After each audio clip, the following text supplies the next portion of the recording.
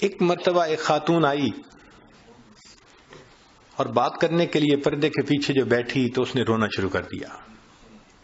میں نے کہا بھی صحیح کہ بھئی آپ کیوں رو رہی ہیں، مگر اتنی پریشان تھی کہ رونا شروع کر دیا. تو جب اس نے رونا شروع کر دیا تو ہم نے بھی پھر تھوڑی دیر اس کو رونے دیا کہ بھئی ذرا سنبھلے گی تو بات کریں گے تاکہ بات سنیں. خیر تھوڑی دیر کے بعد وہ سنبھلی تو میں نے پوچھا آپ کیوں رو رہی ہیں؟ کہنے لگی میں بہت پریشان ہوں. کیوں پریشان ہے؟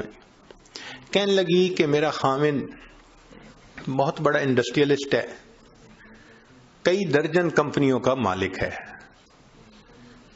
اور میرا فرسٹ کزن بھی ہے اور مجھ سے بہت زیادہ محبت کرتا ہے. اس نے گھر میں مجھے ہر آسانی دی ہوئی ہے. گھر ایسا اس نے بنایا ہے کہ جیسے کوئی محل ہوتا ہے. گھر کا سارا خرچہ اس نے ذمہ لیا.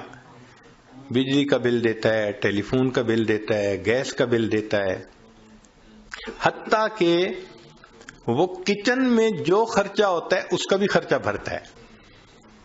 نوکروں کی تنخواہیں، سیکیورٹی والوں کی نگاہیں، ڈرائیور کی تنخواہیں، سب وہی ٹوٹل دیتا ہے. میرے اوپر گھر کا کوئی خرچہ نہیں. البتہ میرے ذاتی خرچے کے لیے وہ مجھے ہر مہینے $2000 دیتا ہے. میں بڑی پریشان ہوں، میرے خرچے پورے نہیں ہوتے. اب ذرا سوچئے کہ عورت کو پرسنل ایکسپینسز کے لیے وہ $2000 پر منتھ دیتا ہے اور عورت کہتی ہے میں بڑی پریشان ہوں، میرے خرچے پورے نہیں ہوتے. جب اس نے یہ بات کہی تو پھر میں نے اسے سمجھایا. میں نے کہا بھئی میری تو بات یہ ہے کہ اگر آپ کا میاں آپ کو $2000 کی بجائے $3000 پر منتھ بھی دے دے تو آپ کے خرچے پورے نہیں ہوں گے. کہنے لگی پیر صاحب ایسی بات تو نہ کریں آپ.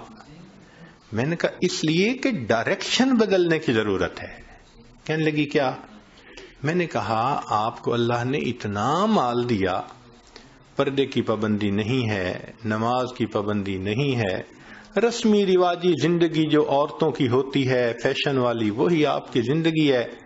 تو جب دین ہی زندگی میں نہیں ہوگا تو برکت ہی نہیں ہوگی.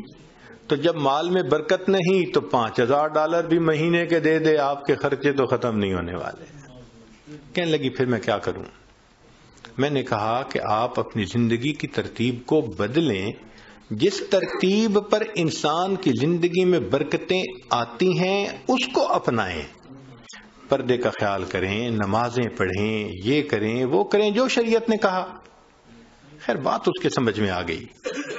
کہنے لگے جی ٹھیک ہے، آپ مجھے توبہ کے کلمات پڑھا دیں، میں آج سے زندگی بدلنے کی نیت کرتی ہوں. اللہ نے مہربانی کر دی، اس نے بیت کے کلمات پڑھ لیے، پھر نماز کی نیت کر لی، زندگی اس کی بدل گئی.